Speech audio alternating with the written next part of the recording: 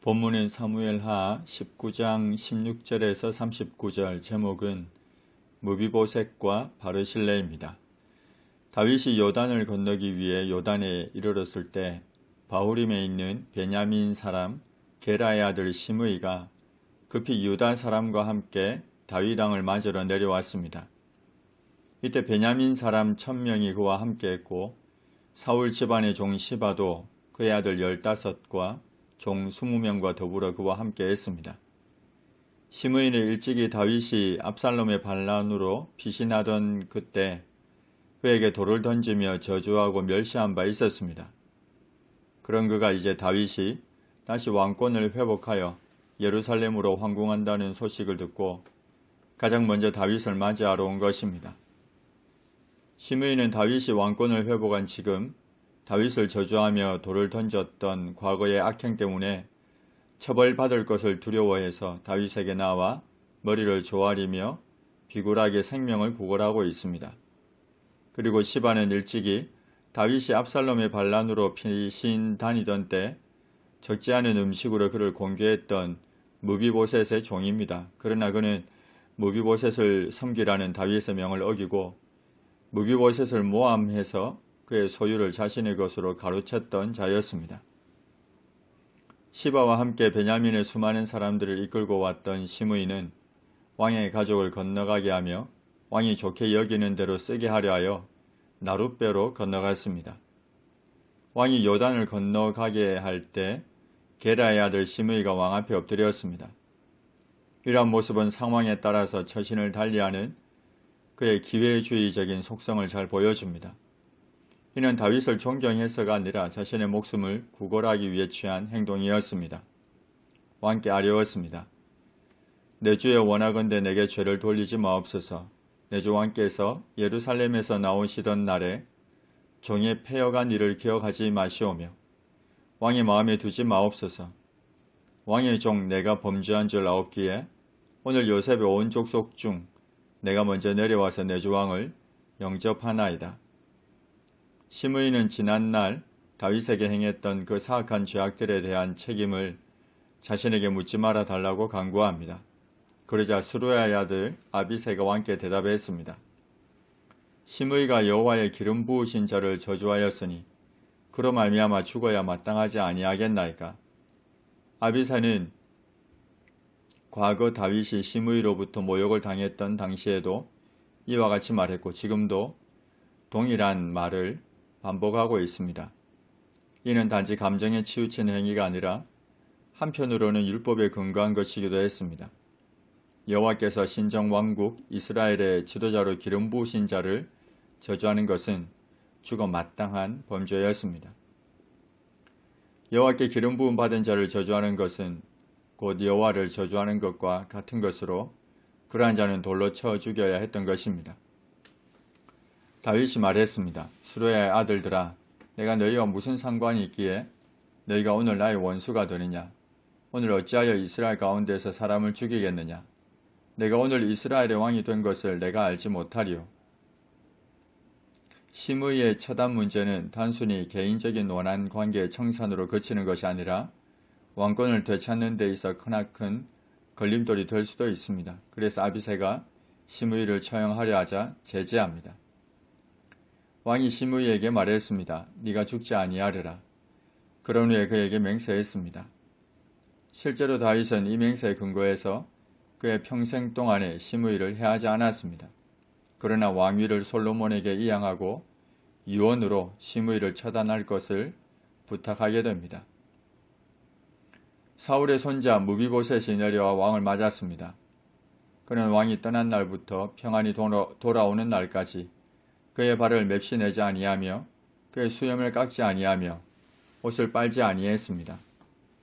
예루살렘에서 와서 왕을 맞을 때 왕이 그에게 물었습니다.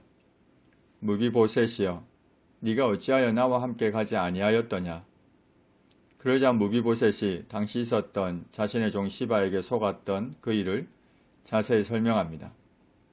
내 주 왕이여, 왕의 종인 나는 다리를 절무로 내 나귀의 안장을 씌워 그 위에 타고 왕과 함께 가려 했는데 내 종이 나를 속이고 종인 나를 내 주와 함께 모함하였나이다. 내 주 왕께서는 하나님의 사자와 같으시니 왕의 처분대로 하옵소서. 내 아버지의 온 집이 내 주 왕 앞에서는 다만 죽을 사람이 되지 아니하였나이까. 그러나 종을 왕의 상에서 음식 먹는 자 가운데 두셨사오니 내게 아직 무슨 공의가 있어서 다시 왕께 부르짖을 수 있사오리이까. 무비보셋은 두 발을 다 절었기 때문에 그 혼자서는 나귀의 안장을 지울 수도 탈 수도 없었습니다. 그래서 시바의 도움을 얻어야 했는데 시바가 무비보셋을 따돌리고 홀로 다윗에게 가서 무비보셋을 은혜도 모르는 파렴치한 사람으로 고발했던 겁니다. 무비보셋은 다윗이 하나님의 사자와 같은 공정성을 가지고 진리를 올바로 판단해 줄 것을 기대하고 있지만 만약에 다윗이 시바의 손을 들어준다 할지라도 그는 다윗에게 아무런 할 말이 없다고 말하고 있습니다. 왕이 무비보셋에게 대답했습니다. 네가 어찌하여 또 네 일을 말하느냐? 내가 이르노니 너는 시바와 밭을 나누라. 진실을 알게 된 다윗은 그 모든 소유를 다시 무비보셋에게 되돌려야 마땅했습니다. 그러나 다윗은 뜻밖에도 재산을 둘이 나누어 가지라고 명합니다. 이는 시바를 처벌함으로 야기될 수 있는 베냐민 지파의 갈등을 해소하기 위함이고 다른 한편 전날 시바가 다윗 자신에게 도움을 준 것을 인정했기 때문일 가능성도 있습니다. 왕이 무비보셋에게 시바와 밭을 나누라고 하자 무비보셋이 왕께 이렇게 말했습니다. 내 주 왕께서 평안히 왕궁에 돌아오시게 되었으니 그로 그 전부를 차지하게 하옵소서. 무비보셋의 관심은 잃어버린 재산을 되찾는 데 있었던 것이 아니라 그의 무죄함을 다윗이 알아주는 데 있었습니다. 그리고 다윗이 평안히 예루살렘에 황궁하는 데 있었습니다. 길르앗 사람 바르실레가 왕이 요단을 건너가게 하려고 로글림에서 내려와 함께 요단에 이르렀습니다. 일찍이 바르실레는 다윗이 압살롬의 반란으로 피난길에 올랐던 당시에 상당히 많은 음식과 생활 필수품을 그가 피신해 있는 마하나임으로 가지고 와서 그를 공개했었습니다. 바르실레는 매우 늙어 나이가 80세였습니다. 그는 큰 부자여서 왕이 마하나임에 머물 때에 그가 왕을 공개했었습니다. 사실 아무리 부자라 해도 왕좌에서 쫓겨나 마하나임에 피신해 있는 다윗을 이렇게 계속적으로 공개하는 것은 쉬운 일이 아니었을 겁니다. 더군다나 바르실레는 어떤 보상을 받고자 이 일을 한 것이 아니었습니다. 그는 다윗에 대한 변함없는 충성과 사랑으로 공경에 처해 있는 다윗을 공개했던 것입니다. 왕이 바르실레에게 말했습니다. 너는 나와 함께 건너가자. 예루살렘에서 내가 너를 공개하리라. 바르실레가 왕께 대답했습니다. 내 생명의 날이 얼마나 있겠사옵기에 어찌 왕과 함께 예루살렘으로 올라가리이까. 내 나이가 이제 80세라 어떻게 좋고 흉한 것을 분간할 수 있사오며 음식의 맛을 알 수 있사오리이까. 이 종이 어떻게 다시 노래하는 남자나 여인의 소리를 알아들을 수 있사오리이까. 어찌하여 종이 내 주 왕께 아직도 누를 끼치리이까. 당신의 종은 왕을 모시고 요단을 건너려는 것뿐이오늘 왕께서 어찌하여 이 같은 상으로 내게 갚으려 하시나이까. 청하건대 당신의 종을 돌려보내옵소서. 내가 내 고향 부모의 묘 곁에서 죽으려 하나이다.